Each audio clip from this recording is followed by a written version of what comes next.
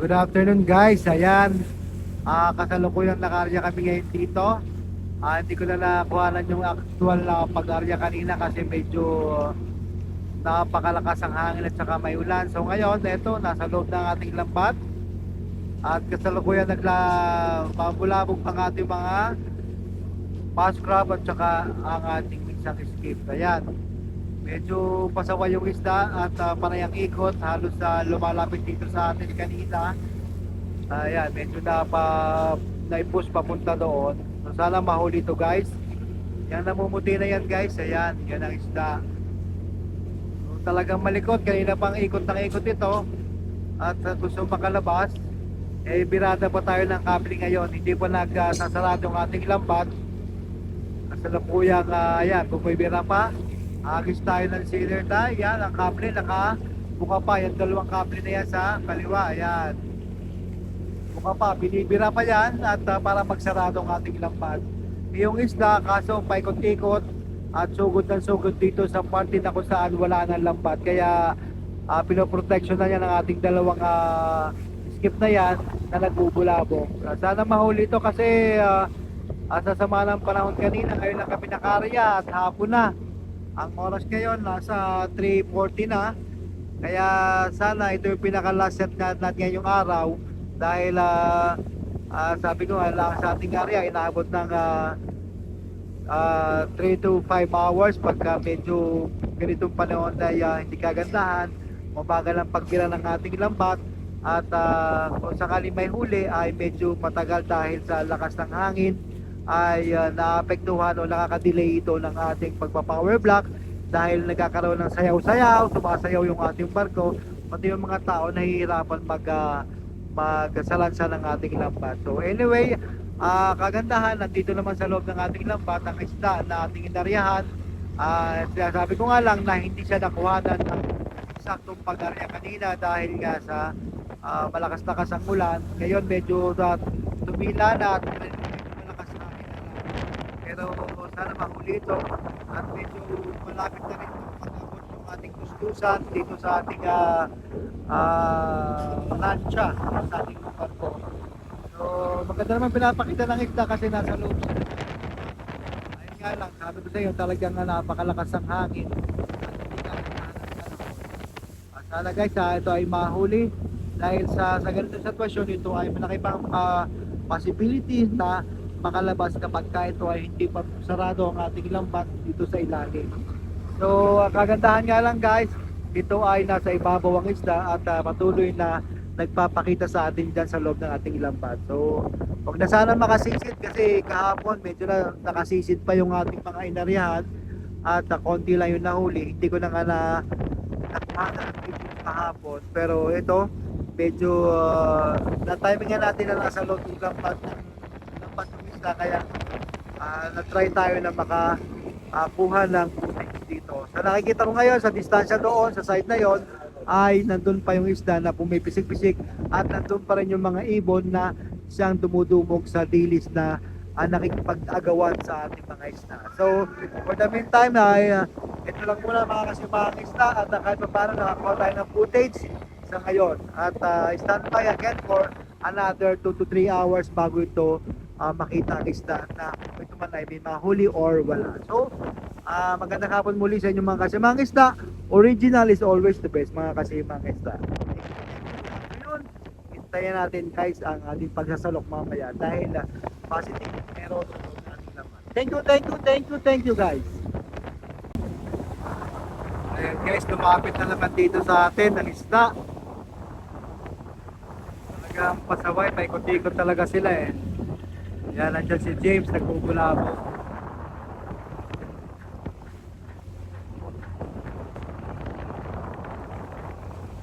Lakas ng hangin.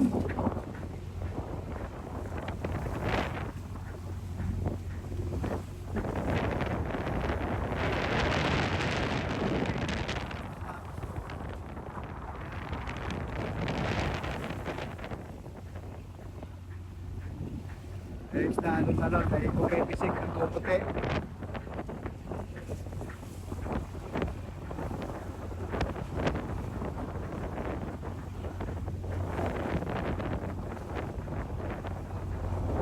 lakas-lakas ng hangin.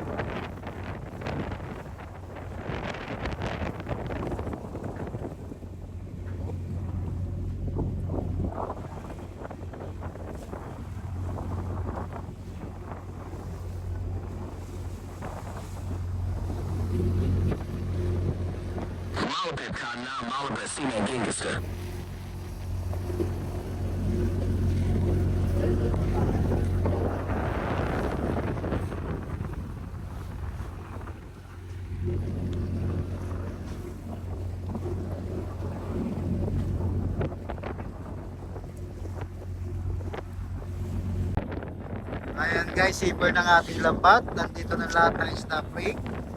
Ayan, magsisimula na sila mag-power block pagka ganito guys. Wala nang lulusot na malaking butas ang ating isda na inarihan na sarado na yun sa ilalim. Kaya power block na para maiangat na yung lambat. At again, it will take again another 2 hours para mayakyat ang ating lambat.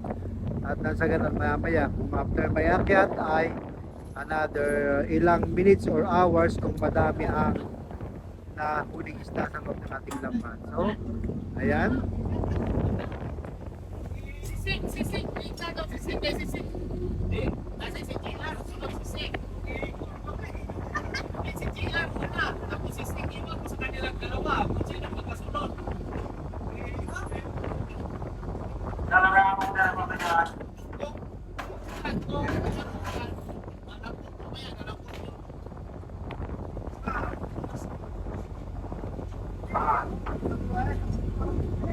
Lakas pa rin ang hangin guys.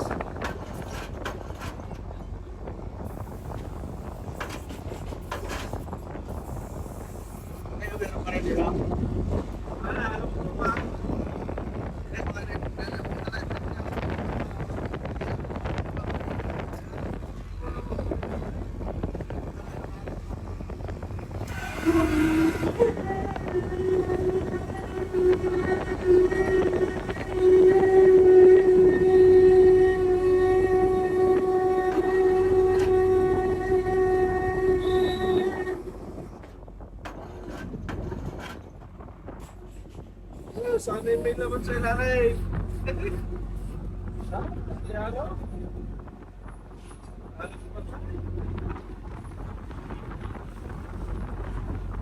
Halo, halo.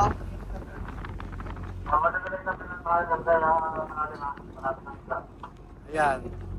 Nandyan sa sentro guys yung isda alon-alon. Kung nakikita nyo man dito sa ating video, yan, nasa harap ng ng dalawang yan, nasa harap nila, nandyan sa sentro yung isda na umaalon-alon. Hindi siya namumuti ngayon pero may alon-alon.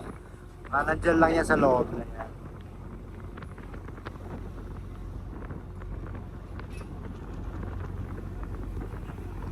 Ayan, simula na ng pagpapapawis, simula na ng exercise ng mga kasimahang isda. Ayan guys. Pero sa ganitong sitwasyon, mahangin, hindi papawisan yung mga yan. Parang ano na yan. Malakas yung hangin.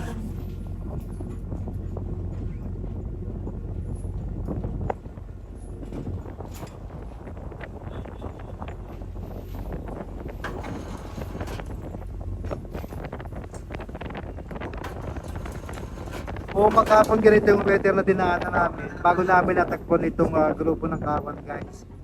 So talagang sikap-sikap talaga dahil wala kami makita sa radar ng mga ibon pagka malakas ang o maraming ulan or makapal yung ulap sa radar, hindi makikita yung mga ibon. Yun ang ating reference, yung ibon talaga guys, kasi kung saan talaga may ibon, proven and tested na nandyan yung isda guys. Kaya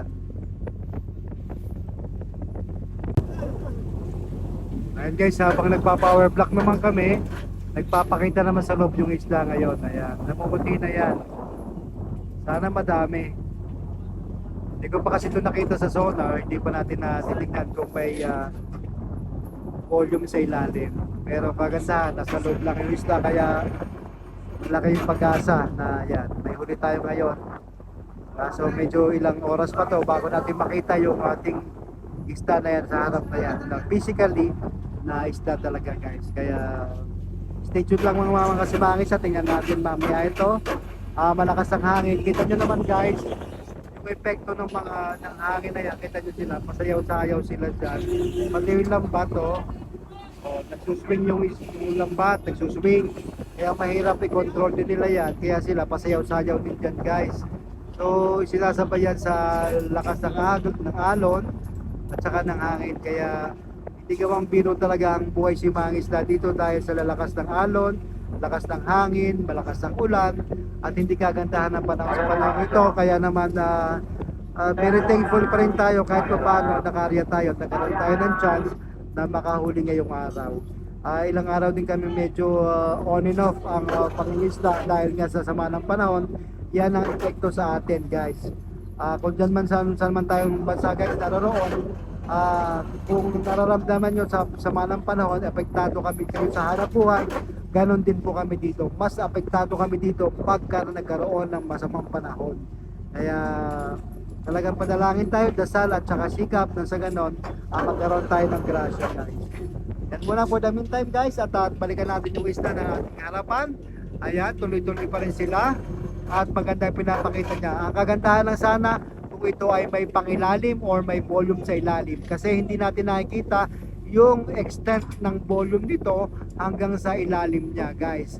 Ang makakadetect niyan guys yung sonar. So since naka-off yung sonar natin, hindi natin makikita yung indications, hindi ako pumapasok doon sa pointer to check kung na-open ng ating fishing master yung kanyang sonar. For the meantime, again, hintayin lang natin to guys, nang sa ganon ma-enjoy nyo ang inyong panonood. Pero kagandahan, positive at dito ang isda sa ating harapan sa ngayong oras na ito.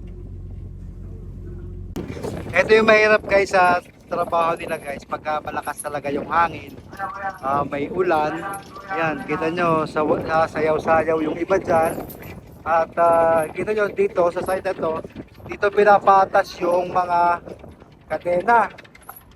Ayan ang kadena. Pakita ko na naman to guys sa mga nakaraang previous nakaraang vlogs natin, pero reiteration lang ito kasi marami na tayong mga bagong followers at subscribers ngayon, kaya pinapakita kong muli sa inyo guys na eto sila ayan, medyo nababasa tayo dito dahil sa ng tulo ng tubig dagat. So ayan, pinapatas nila yan ng maayos para hindi magulo, kasi pagka magulo yan at nagbalunbon, maring makasira ng ating lambat guys. Kaya naman ayan, nagano ng aking umano na yung ating camera dahil natuluan ng tubig guys. So ayan, napakahaba ng lambat niyan, mahigit 1 kilometro yan pag naladlad guys, plus may tustusan pa yan. Kaya talagang pangmalakihan at bultuhang isda ang ating hinuhuli dito guys. Pangkaning lamang guys, international commercial fishing. At wala po tayo sa Pilipinas, tayo po ay nasa ibang bansa. Ayan po ay para sa kabatiran po ng ating mga bagong followers at subscribers, Facebook at saka YouTube guys. Ayan, tangkiligin po natin sarili natin, tayo po ay dumadayo dito sa ibang lugar nang sa ganoon tayo makapag-provide ng mga canned tuna. Deliver worldwide mga kasimangisda. Ayan, umuulan-ulan na dito. Kaya naman maya-maya ako yakit na. Ayan. Dito sa side ito naman ang snap ring naman. Yan ang snap ring. Yan guys, ang snap ring. Yan ang pogi nating kusinero. Lahat dito guys may. Ayan, shoutout kay Loki guys. Sa YouTube na mapanood dito guys. Lahat sila dito may participation during the area. Even kusinero may ginagawa dito. Katulad niyan, siya nagre-release ng mga snap ring. Ayan guys, ulitin ko parang yung aking natuluan na naman ng tubig. Kaya yan nga, 100 plus guys yan. Lahat dito ay may participation. Even kusinero po itong ating nag-alis ng ating snapping, nagre-release. So yung snapping nga guys, nakakonect yan sa ating kadena, nakakonect sa ating lambat, patungo yan. Kaya ganyan, pag nirelease na yan dyan, mula dyan, papunta doon, maihanay na ng maayos yung ating lambat guys. So umuulan, nababasa ako dito. Kaya kita tayo dun guys at naulan-ulan na. Ang isda naman guys nasa loob lang, kaya naman thank you Lord for this blessing again. Kahit hapon na ay kami umabot pa sa ganitong area at nakita natin itong lugar na ito na mayroong prospect ng isda. Ayan, natutuluan na naman natin camera. Balik na naman tayo doon sa taas guys. Magandang hapon sa inyong lahat. Ayan guys, naaktuhan natin na busy ang ating fishing master dito sa pagsosonar sa isda sa loob ng ating lambat. So ito ngayon, ayan, yun ang makikita nyo guys sa sonar. Ito, yan, tinapatan niya ni master, isda yan. Nasa loob ng lambat natin. Ito, lambat na to. So ito yung nagpapakita ng isda doon sa loob ngayon. Medyo nakalubog siya. Ayan, nest ko 87, 86. So sana, usually guys, pagka ganito, minsan sumusobra pa dun sa estimate, naka 80 or 70 yan, sumusobra sa estimate. Minsan naman kulang. Pagka madami yung dilis talaga sa loob ng lambat natin na kinakain, nakikita yan ng ating sonar, nadidetect yan, nagkakaroon ng indications. Kaya minsan dito, maabot ka ng 90 plus pero hindi pa rin tayo makaka-assured na yun talaga eksakto. At least may reference guys, ganan. At least may nakikita tayo sa loob ng ating lambat na positive na isda guys. Ayan. So, ito siya. Ayan. Pula na yan. Puro isda na yan. So, yan ay pinag-aaralan din talaga ng fishing master dahil sa galaw din nga ng isda, sa volume at saka sa lalim ng isda na sinasabi ko palagi na ang sonar ay dumidetect ng distansya sa barko, lalim ng isda, speed ng isda, direksyon ng isda, at higit sa lahat, yung volume na ating hinahanap. Kasi ang ating fishing master, yan ay pinag-aaralan kung alin, halimbawa kung maraming grupo ng isda, kung alin yung malaki ang indications, yun usually ang kanyang tatargetin. At depende rin sa visual na nakikita niya kung malalaki yung isda at malapad o talagang may quality yung isda. So, hindi ganun ka simple ang trabaho ng fishing master guys, napakalaki talaga. Sa kanya umaasa lahat ang ating company na makahuli ng magandang isda guys. Ayan, nasa 70 plus o 60. Bumababa yan habang dapat nandito siya sa loob ng square na ito. Pero syempre, nakikita nyo naman may excess. May excess, di ba? So pagka lumabas yan dyan, yung indications bumababa. Pero pag nasa gitna-gitna, sentro-sentro yan, magandang indications yan kasi malaki yung sakop sa sakop. So, at least kahit pa paano, hindi na bababa sa 30. Ayun lagi ang ating sasabi dyan. Hindi na bababa sa 30, pero kung tumaas ng 60, 90 pataas, napakaswerte, napakaganda ng blessing yan guys. Ayan, tingnan natin ulit ang final, nasa 80. Pero sabi ko nga, hindi tayo talaga mag-expect na ganyang kalaki. Baka malay natin, may mas malaki pa. So ayun guys, for the meantime, ayan muna, ayan tinapakita ko sa inyo ang sonar. 69-70 nagbabago yan. Depende sa kung nasasakop nitong kulay white na yan. Yan ang object sa loob. So ayan muna.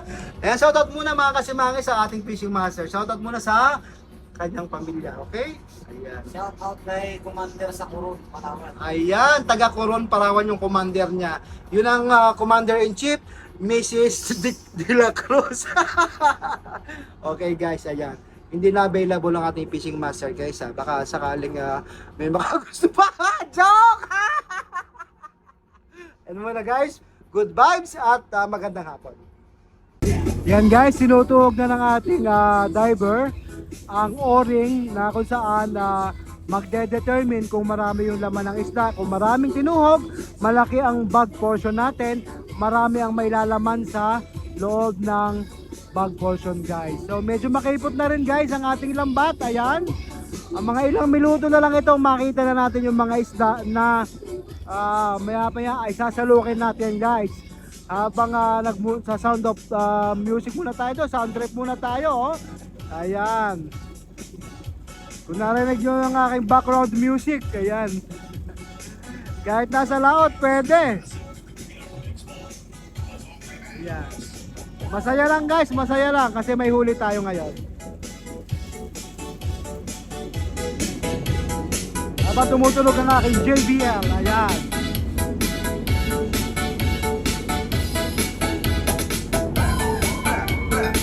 Parang nasa bahay lang tayo guys, nagpapa-sound trip tayo. Sound trip muna.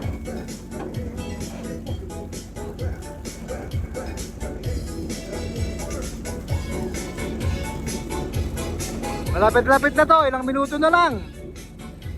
Pakipot na ang lambat. Makikita na natin to. 1, 2, 3, 4.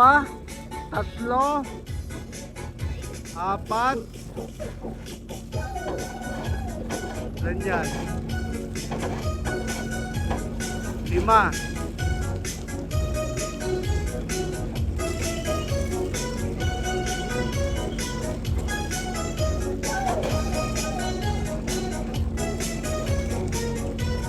Anim na o-ring guys.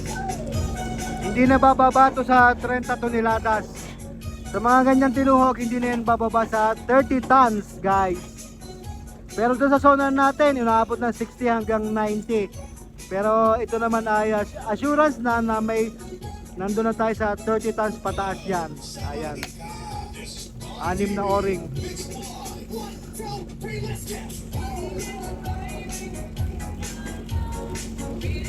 Yan yung control guys ng hydraulic ng ating power block. Up and down siya, yan. Pagka binababa niya ganyan, tuloy-tuloy ang ikot ng ating power block. Ayan. Isang kamay lang yan, nagsasarili yan. Yan.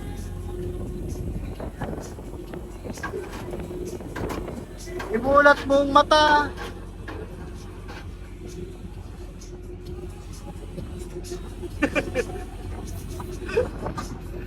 Siya yung nag-ooperate yan guys.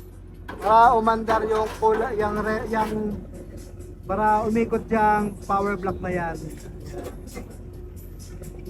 So, sa pamamagitan ng kamay na yan, nagsasarili yan. Ayan. Habang ang ating fishing master naman, pamasid-masid dito. Siya nagbibigay din ng instruction doon sa ating main skip. Seryoso yan guys pagka mga ganyan, mga galawan kasi makikot na yung lambat. Yan. Yan. Bibigay siya ng instruction sa kanya. Ayun, sumagot na.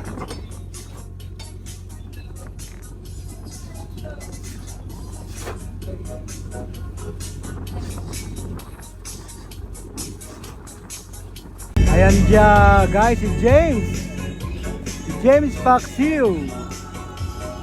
Yan trabaho ni James guys, tagahila ng pataw sa past crop.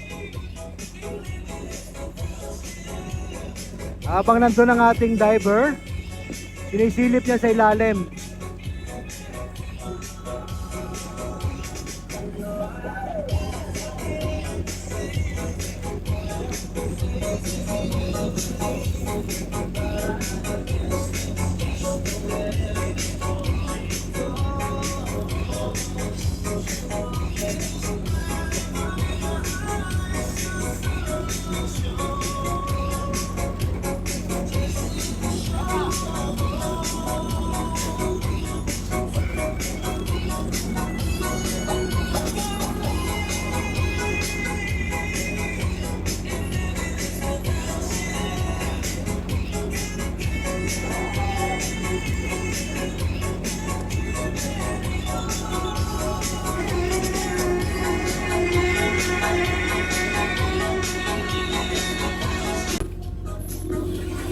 Pagka ganyan guys, maiksi na lang but pinapababa na yung mga tao para safe sila, para hindi mabagsakan ng mga tinga-tinga na isda. Ayan. Para safety guys. Ayan.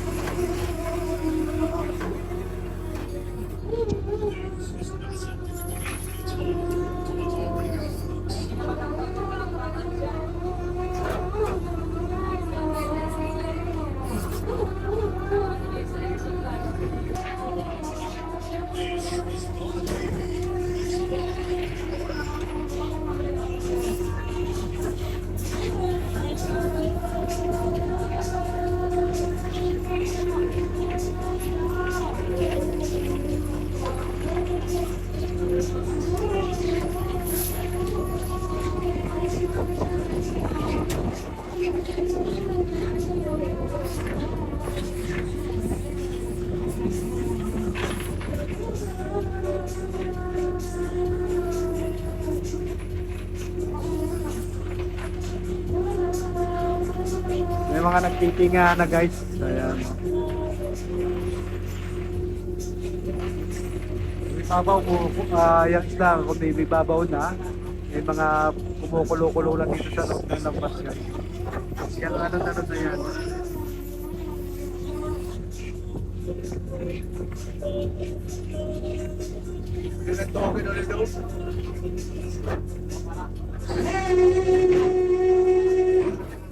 Go, tawagan mo na, go!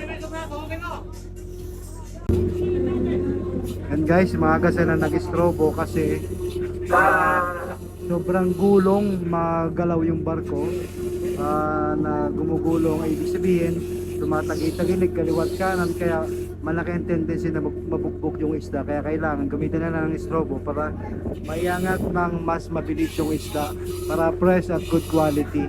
So sa ganitong panahon, kalaban talaga yung masamang panahon, lalo na yung gulong, hangin na siya nagkokos ng pagka-delay ng ating pagkaangat ng isda. Kaya gumamit na sila ng ganyang kalaking strobo or white rope para mayangat ng mas mabilis at ng walang delays, kasi habang tumatagal ang isda sa ilalim ng tubig or sa tubig, yan ay lalambot at yan ay papangit ang quality. Kaya naman para maagapan ang ganong sitwasyon, kailangan yan ay istrobohin na at nang mas mabilis maiangat yung isda at masalok natin ng buo guys, nang walang masisirang isda. So ganyan ang diskarte guys, kasi masama nga yung panahon, medyo mahangin talaga at yung galaw ng barko hindi stable, left right movement ng barko. Kaya sayang naman kung mabugbog yung isda, dahil ang hirap natin makahanap ng isda, ang hirap manghuli ng isda, tapos biglang ganyan masasayang lang. So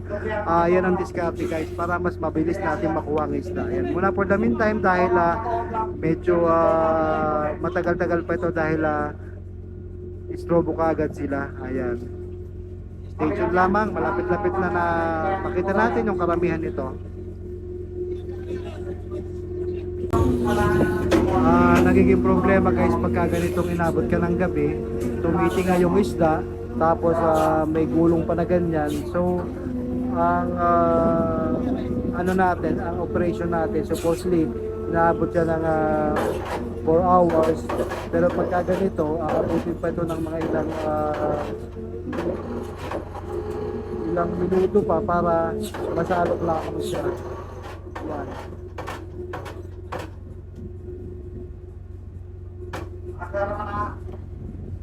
So kailangan talaga dito na maging attentive ka, kasi yung isda, mga nagtitingahan, kailangan aware ka na sa tapat mo ay mayroong pwedeng bumagsak sa'yo na isda. Although from time to time lagi na sinasabihan ng fishing master at saka ng shipmate na safety at saka watch out for your head and everything, na maging safe ang ating mga kasimahang isda dyan.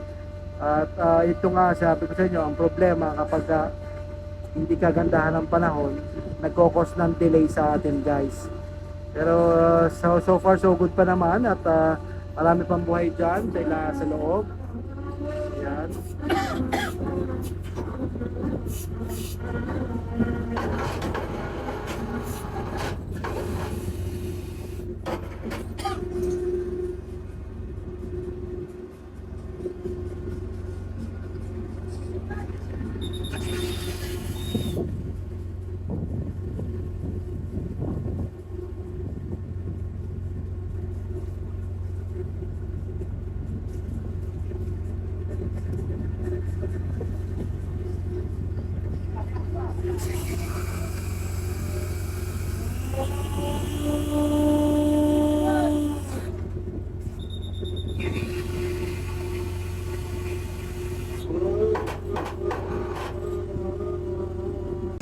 Ayan, good evening guys. Salok na tayo. Purong-purong gulyasan tayo ngayon. Purong-purong gulyasan. Puno ang ating salok. Ayan. Unang salok. Galaw-galaw ang barko guys dahil sa sobrang lakas ng hangin. Maalon, kaya sumasayaw-sayaw. Ayan. Nakita nyo na.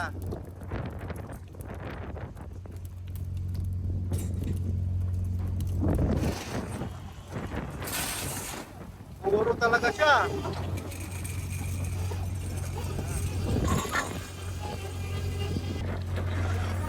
Ayan, talagang magulong. Mahangin. Buti na lang, nahuli pa to guys. Nabutan namin kanina ng mga alas 3:30 na yata yun. Alas 7:20 na ngayon ng gabi. Nasalok pa lang kami. Puro walang nahalo talaga oh.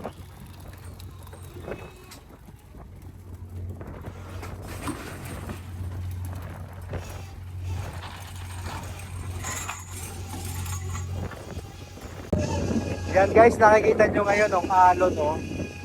Lakas ng hangin eh oh. Kaya ganyan, maalon. Yan. Si Sylvester. Habang tayo nagsasalop, sumasayaw-sayaw yung barko eh. Kaya timing lang. Ayan. Marami-rami pa naman ang laman ng ating salok guys. Timing lang yung pagpira para hindi sumasayaw. Ganito kapag medyo hindi kagandahan yung panahon dito sa laot guys. Timing para hindi mabugbog ang isda. Kasi pag nabugbog, pangit din yung quality niya. So this is all for canning. Nilalata ito guys sa mga canned tuna. Ayan. Reiteration lang sa mga bago lang nakaka-tune in sa ating YouTube channel guys, tsaka sa Facebook. Ayan. 3 hanggang 5 tonelada ang puno nito guys. Pag punong-puno, talagang ganitong size niya, naabot ng 3 to 5 tonelada.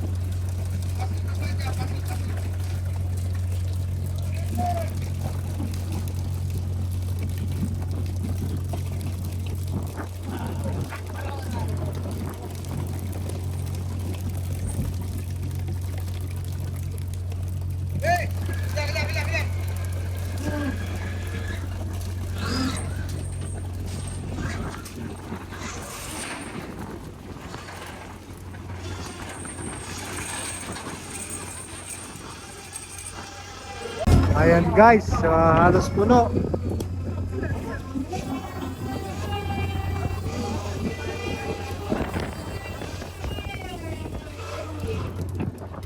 Kanina yung nakita natin sa sonar guys, nasa 60 to 90 60 to 90 tons yung indication.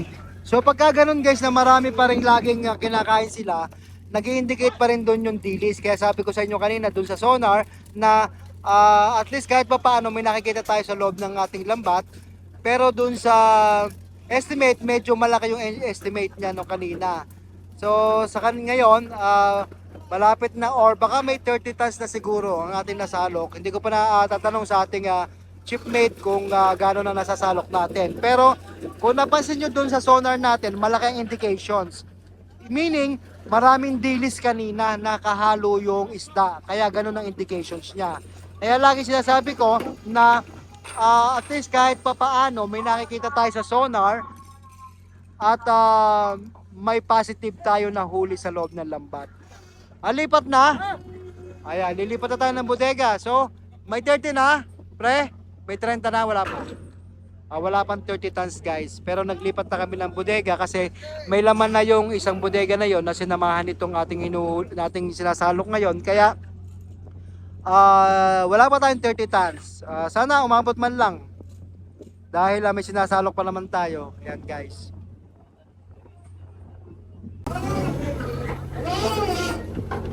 Pang 30 na to. Ayan guys, ito na yung pang 30 tons natin.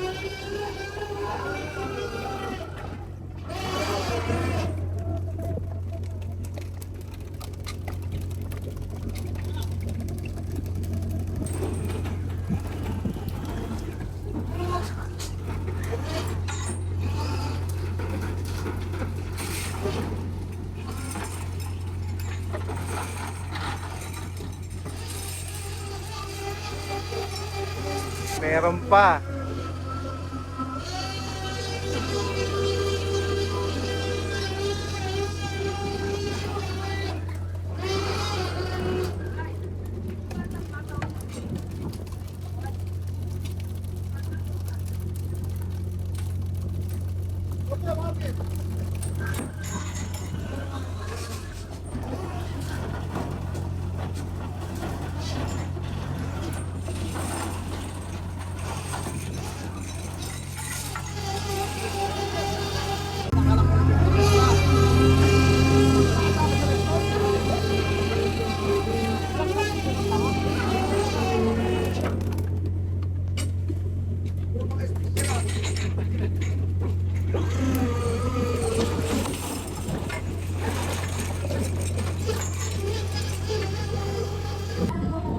Yan guys, last na to na ating ilalagay sa bodega.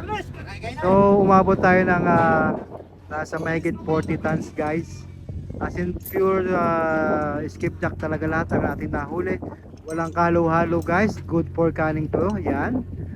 Yan ang mga huling piraso na nasa ating bag portion. Yan.